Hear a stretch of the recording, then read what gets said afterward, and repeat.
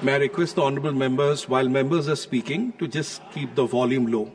Even if you are talking to someone, let's try to reduce the decibel level in the House. Shri Mujibullah Khan ji. धन्यवाद अध्यक्ष महोदय, मुझे आज बोलने का मौका दिया। मैं मणिपुर विनियोग विधेयक 2025 पर बोलने के लिए खड़ा हूं। शुरू में ही मैं स्पष्ट करना चाहता हूं, ये सिर्फ बजट की किताब से दर्ज संख्याओं का मामला नहीं है। ये मणिपुर के लोगों की गरिमा, सुरक्षा और अस्तित्व का सवाल है। महोदय, विनियोग का मतलब है नागरिकों के कल्याण के लिए खर्च की अनुमति देना। लेकिन इस विधेयक का क्या लाभ जब जिन लोगों के लिए ये पैसा है वे डर, विस्थापन और अनिश्चितता में जी रहे हैं। मणिपुर पिछले 1 साल से जल रहा है अध्यक्ष महोदय, और एक व्यापक पुनर्वास योजना के बजाय हम यही दिखावटी आवंटन दे रहे हैं, जिनके घोषणा तो जोर शोर से होती है लेकिन जमीन पर इसकी असर बहुत कम पहुंचती है। केंद्र सरकार डबल इंजन विकास की बात जरूर करती है, लेकिन मणिपुर में दूसरा इंजन बिना ईंधन के छोड़ दिया गया है।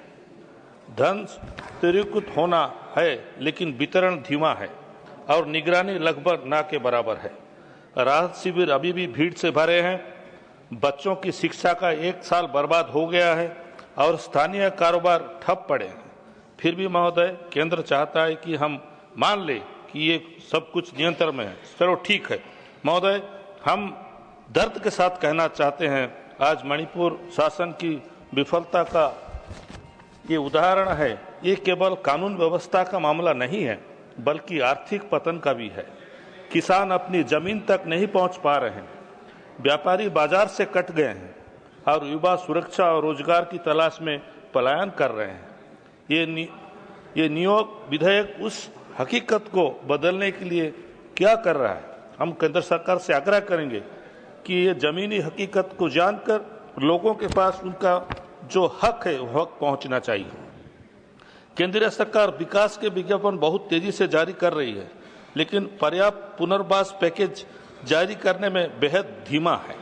संसद में कानून रातों रात पारित करने की राजनीतिक इच्छा शक्ति है, लेकिन इस राज्य में शांति बहाल करने की कोई तात्कालिक उपाय किया नहीं जा रहा है।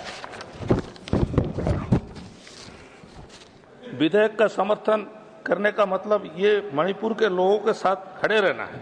ये मांग करना है कि हर आवंटित रुपया अंतिम व्यक्ति तक पहुंचे और खर्च पारदर्शी समय पर हो। मणिपुर के पुनर्वास के लिए एक विशेष वित्तीय पैकेज जो नियमित आवंटित से अलग ना हो। इस विधेयक के अंतर्गत व्यय की निगरानी में स्थानीय निकाय और नागरिक समाज को भी सीधे भागीदारी देना चाहिए अध्यक्ष महोदय। दूसरी बात, मणिपुर वस्तु एवं सेवा कर विधेयक जो भी आया है, पहले मैं एक गहरी चिंता के साथ ध्यान आकर्षण करना चाहता हूं। ये सरकार राज्यों के जीएसटी कानून में टुकड़े टुकड़े में संशोधन लाती है, ये भी पीछे के दरवाजे से, बिना इन बुनियादी समस्याओं के सुलझाए जो जीएसटी ने राज्यों के लिए पैदा किए हैं। कि वित्तीय स्वायत्तता को कमजोर कर रही है। छोटे राज्य सबसे ज्यादा प्रभावित हो रहे हैं। ये विधेयक भले ही मणिपुर के लिए हो, लेकिन समस्या सभी राज्यों में है अध्यक्ष महोदय। मैं एक छोटा सा उदाहरण देना चाहता हूं। मेरे राज्य उड़ीसा में उदाहरण देना चाहता हूं। हमारे पास साधारण के केंदू पत्ते तोड़ने वाले लाखों आदिवासी और वनवासी परिवार हैं।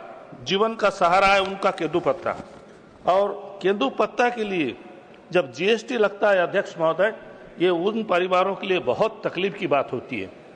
कई बार हमारे मुख्यमंत्री थे नवीन पटनायक जी, हमारे नेता कई बार केंद्र सरकार को चिट्ठी लिख चुके हैं कि केंदू पत्ता का जीएसटी कम से कम हटा दिया जाए। गरीब लोग जो पत्ता तोड़ते हैं उनके ऊपर जीएसटी ना लगे, ताकि उन गरीब लोग, उन वनवासियों लोग जो जंगल में रहते हैं, वो अपने परिवार को सुचारू रूप से अच्छे से रूप से जिंदगी दे सके, अपने बच्चों का भविष्य कर सके। अब विधेयक पर लौटते हैं। धारा 11(a) का प्रावधान कहता है कि सामान्य प्रथा के मामले में कर वसूली नहीं की जाएगी। छोटे व्यापारी कारीगर और ग्रामीण उत्पादकों के सालों पुराने लेन देन के नोटिस भेजा जाता है। इसी तरह